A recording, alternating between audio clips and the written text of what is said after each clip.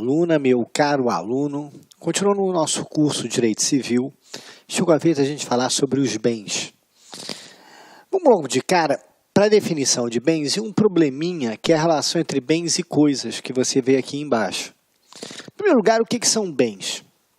A ideia de bens, a definição bem ampla dele, vem a ser valores materiais ou imateriais que servem de quê? De objeto de uma relação jurídica. A ideia que eu quero passar para você é a seguinte, que nas aulas anteriores a gente viu os sujeitos da relação jurídica. Vimos pessoa natural e pessoa jurídica, que são justamente os sujeitos dessa relação. Chegou a vez a gente falar do objeto da relação. E o objeto da relação vem a ser a coisa, vem a ser o bem. Então, tudo aquilo que pode ser objeto de uma relação jurídica recebe o nome de bem. Repare só, essa caneta é um bem, essa tela é um bem, a câmera que nos filma é um bem, o seu computador é um bem, o imóvel, o carro, tudo isso pode ser objeto de uma relação jurídica, tudo isso pode ser considerado um bem.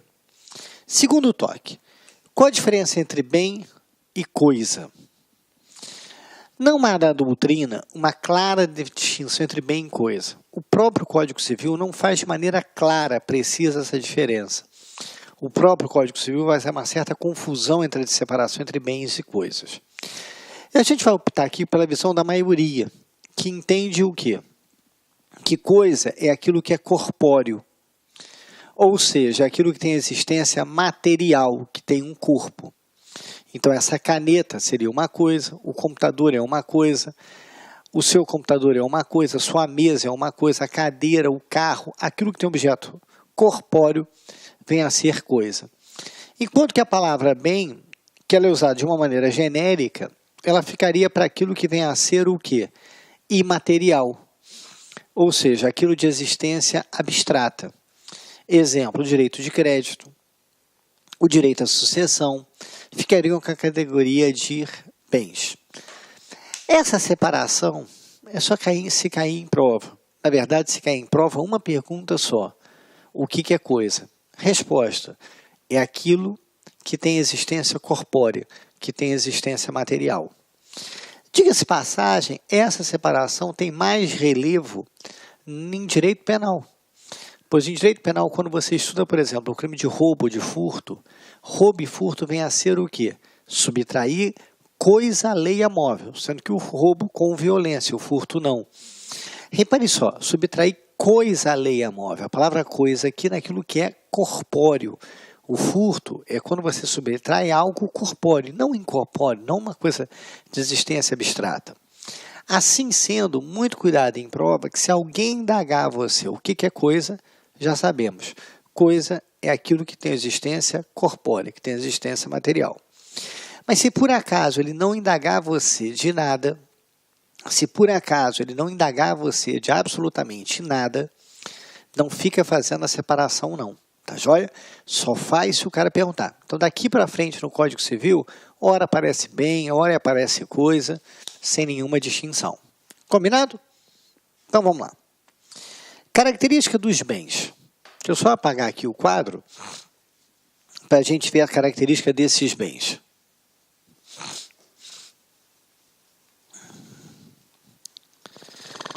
Primeiro, bens é aquilo que vai ter o quê? O interesse econômico. Primeiro detalhe é esse. Para ser objeto de uma relação jurídica, é preciso que tenha algum interesse econômico, ou seja, tenha uma gestão econômica autônoma. Por que isso?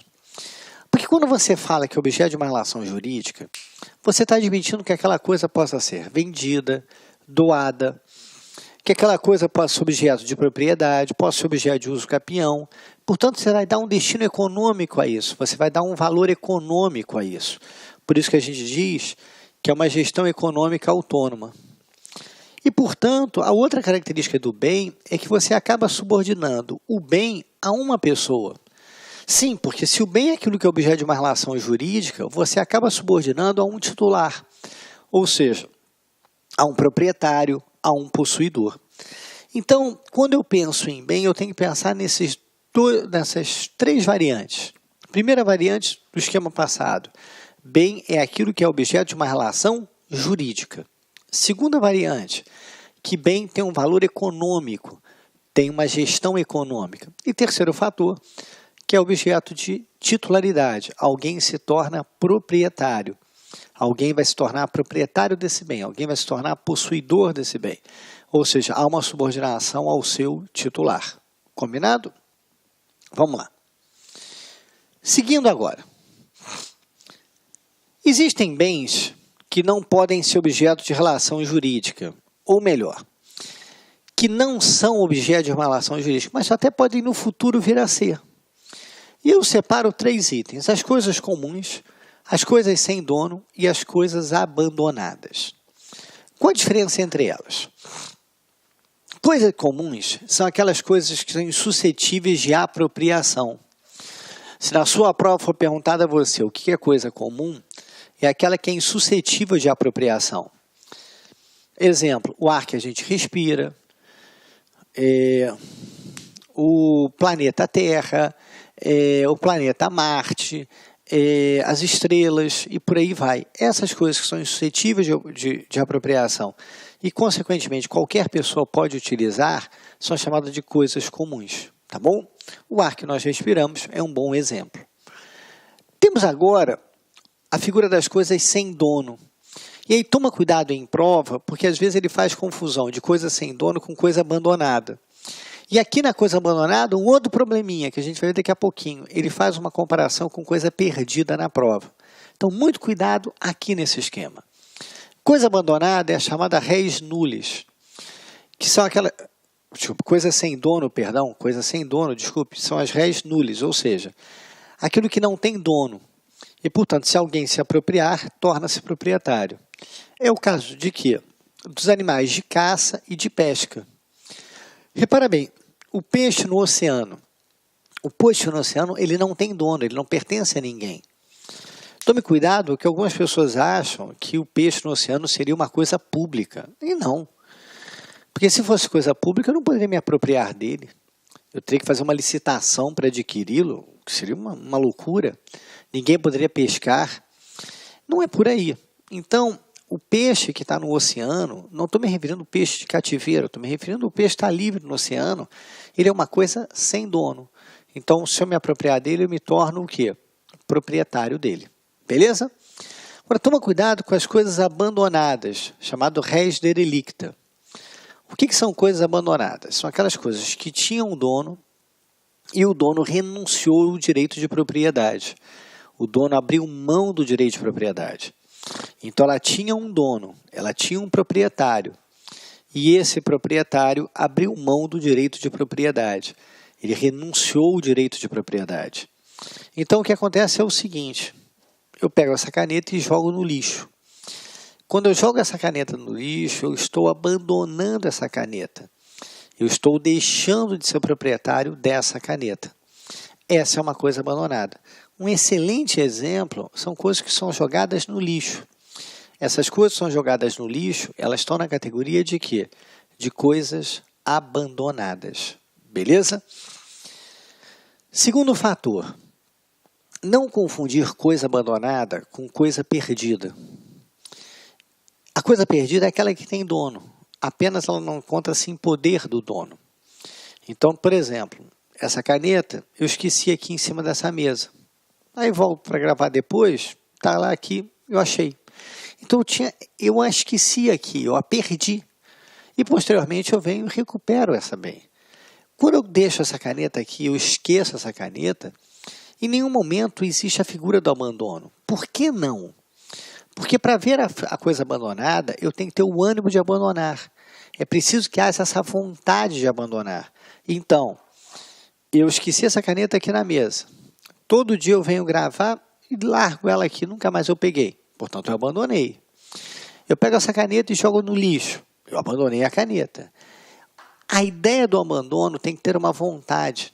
A coisa abandonada, para ser abandonada, é preciso que haja esse ânimo de abandono, diferente da coisa perdida. A coisa perdida não há necessidade. A coisa perdida, o nome já está dizendo, é um simples esquecimento. Qual é a diferença em termos de prova? É que a coisa abandonada, ela é uma res derelicta. Portanto, quem se apropriar de uma coisa abandonada torna-se dono. Porque a coisa abandonada ela não tem dono. Então, ela for abandonada, ela perdeu o dono. Portanto, quem se apropriar dela torna-se proprietário. Diferente da coisa perdida. Se você acha uma coisa perdida, você tem que devolver ao dono. E se você não souber quem é o dono, você deve devolver à autoridade pública. Pois, do contrário, você poderia até cometer crime de apropriação indébita. Pois, ao achar uma coisa perdida, significa dizer que ela não pertence a você. É diferente da coisa abandonada. Por isso que, para evitar qualquer problema, em prova ele vai deixar claro que, para ser coisa abandonada, tem que haver esse ânimo de abandono, essa vontade de abandonar. Beleza? Seguindo agora. Vamos agora começar a fazer a classificação dos bens. Na verdade, o que mais a gente vai fazer aqui é distinção entre bens, classificação entre bens.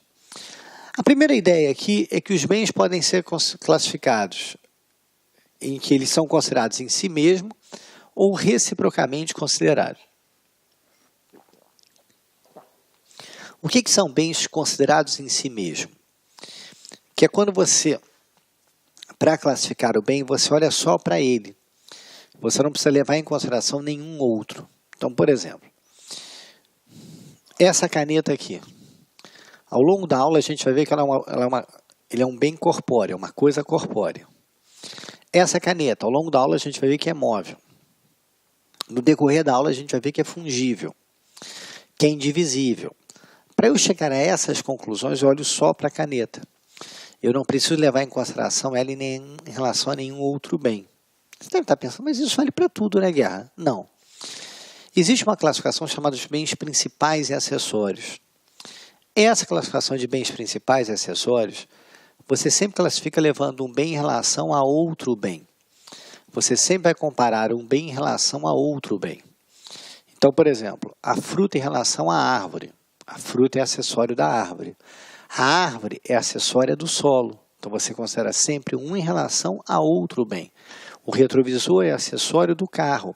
Sempre um em relação a outro. Portanto, quando eu falo reciprocamente considerados aqui embaixo, eu estou me referindo a quê? Eu estou me referindo a bens principais e acessórios. A maioria esmagadora das classificações está aqui em cima.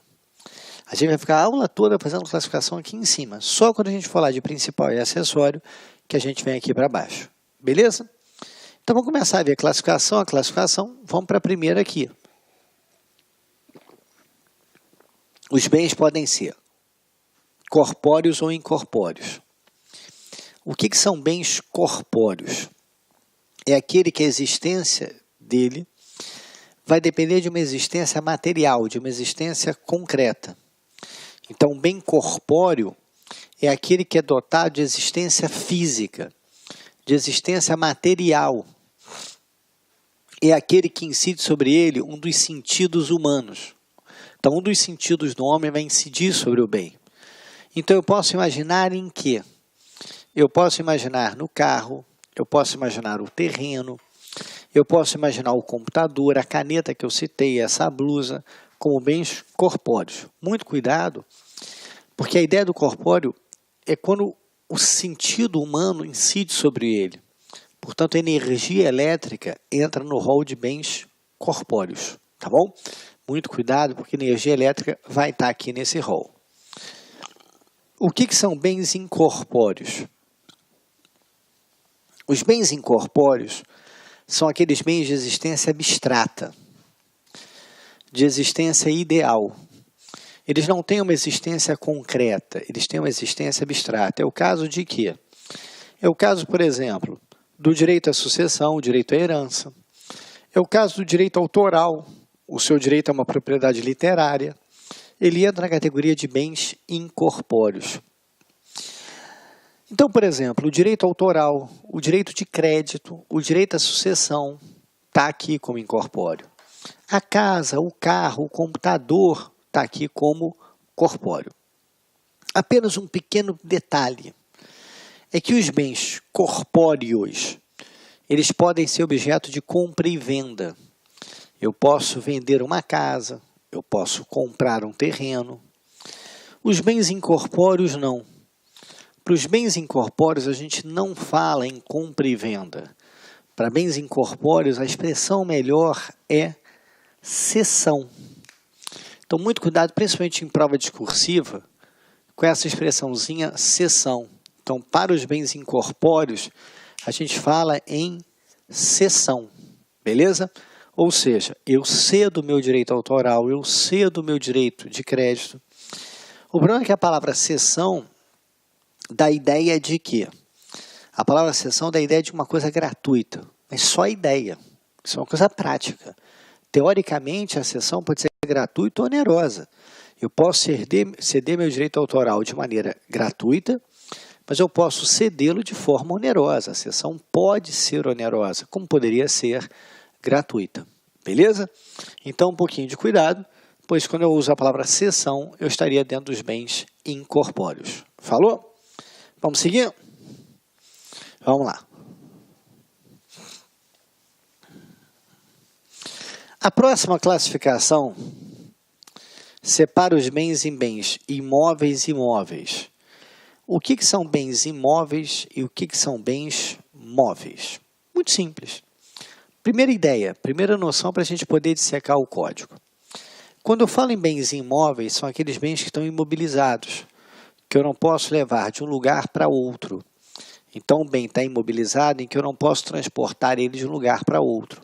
A casa, o terreno, são bens incorpóreos. São bens imóveis, perdão. O bem imóvel você pode até deslocar, desde que ele não sofra nenhuma alteração em sua substância, ele não sofra nenhuma perda. Os bens móveis são o contrário, são aqueles que você pode fazer o deslocamento. Essa camisa é móvel, eu posso transportá-la. Essa caneta que eu cito tanto, móvel. Olá, meus amigos! E aí, gostou da aula do professor Guerrinha? Quer continuar assistindo essa... De novo. Olá, meus amigos! E aí, gostou da aula do grande professor Guerrinha? Quer continuar assistindo essa videoaula? Aliás, você quer fazer o curso de Direito Civil, parte geral, aí, bastante ampliado com o professor Guerrinha? Então, convido vocês a se matricularem nessa isolada aqui do LAC. São 27 videoaulas, no total de 18 horas de carga horária. São 60 dias de acesso e investimento apenas R$ 40. Só aqui no LAC Concursos que você tem essa opção. Aqui no LAC é o melhor custo-benefício da internet. Pode acreditar, pode confiar, pode fazer a sua matrícula sem medo de ser feliz, porque eu tenho certeza que você vai ficar satisfeito com o nosso serviço. Outra coisa, você quer esse material da aula? Agora, desse vídeo aí, você quer esse material? Você pode então clicar no link aqui embaixo, que você vai poder assistir, vai poder baixar, fazer o download desse material gratuitamente aqui no LAC Concurso. Tá certo, meus amigos? Um forte abraço, fique com Deus, até a próxima, se Deus quiser. Tchau, tchau. Clique lá.